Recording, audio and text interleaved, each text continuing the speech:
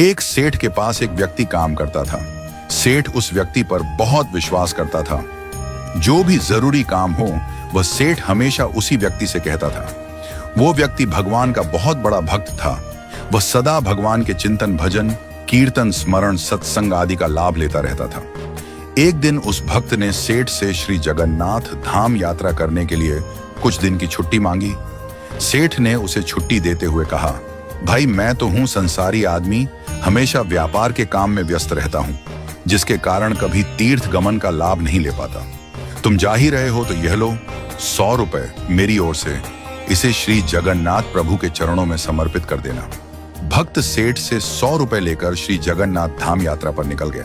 कई दिन की पैदल यात्रा करने के बाद वह श्री जगन्नाथपुरी पहुंचा। मंदिर की ओर प्रस्थान करते समय उसने रास्ते में देखा कि बहुत सारे संत, भक्तजन, वैष्णवजन हरि नाम संकीर्तन बड़ी मस्ती में कर रहे हैं। सभी की आंखों से अश्रुधारा बह रही है। जोर जोर से हरि बोल गूंज रहा है। संकीर्तन में बहुत आनंद आ रहा था।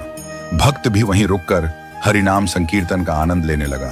फिर उसने देखा कि संकीर्तन करने वाले भक्तजन इतनी देर से संकीर्तन करने के कारण उनके होंठ सूखे हुए हैं।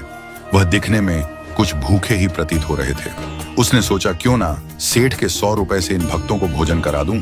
उसने उन सभी को उस 100 रुपए में से भोजन की व्यवस्था कर दी।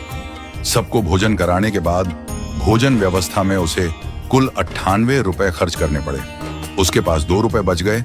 उसने सोचा चलो अच्छा हुआ, 2 रुपए जगन्नाथ जी के चरणों में सेठ के नाम से चढ़ा दूंगा। जब सेठ पूछेगा तो मैं कहूंगा वह पैसे चढ़ा दिए। सेठ यह नहीं पूछेगा कि 100 रुपए चढ़ाए, सेठ पूछेगा पैसे चढ़ा दिए।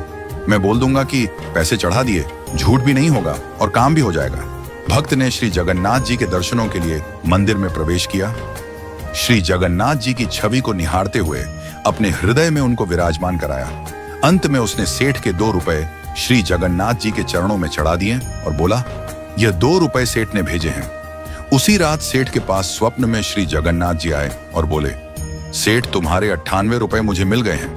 यह कहकर श्री जगन्नाथ जी अंतर्ध्यान हो गए। सेठ सोचने लगा, मेरा नौकर बड़ा ईमानदार है, पर अचानक उसे क्या जरूरत पड़ गई थी कि उसने 2 रुपए भगवान को कम चढ़ाए। उसने 2 रुपए का क्या खा लिया, उसे ऐसी क्या जरूरत पड़ी। ऐसा विचार सेठ करता रहा। काफी दिन बीतने के बाद भक्त वापस गांव आया और सेठ के पास पहुंचा। सेठ ने कहा कि मेरे पैसे जगन्नाथ जी को चढ़ा दिए। भक्त बोला, हाँ मैंने पैसे चढ़ा दिए। सेठ ने कहा, पर तुमने 98 रुपए क्यों चढ़ाए, 2 रुपए किस काम में प्रयोग किए। तब भक्त ने सारी बात बताई कि उसने 98 रुपए से संतों को भोजन करा दिया था और ठाकुर जी को सिर्फ 2 रुपए चढ़ाए थे। सेठ बड़ा खुश हुआ। वह भक्त के चरणों में गिर पड़ा और बोला, आप धन्य हो, आपकी वजह से मुझे श्री जगन्नाथ जी के दर्शन यहीं बैठे बैठे हो गए। भगवान को आपके धन की कोई आवश्यकता नहीं है। भगवान को वह 98 रुपए स्वीकार है जो उनके भक्तों की सेवा में खर्च किए गए, और उस 2 रुपए का कोई महत्व नहीं है जो उनके चरणों में नगद चढ़ाए गए।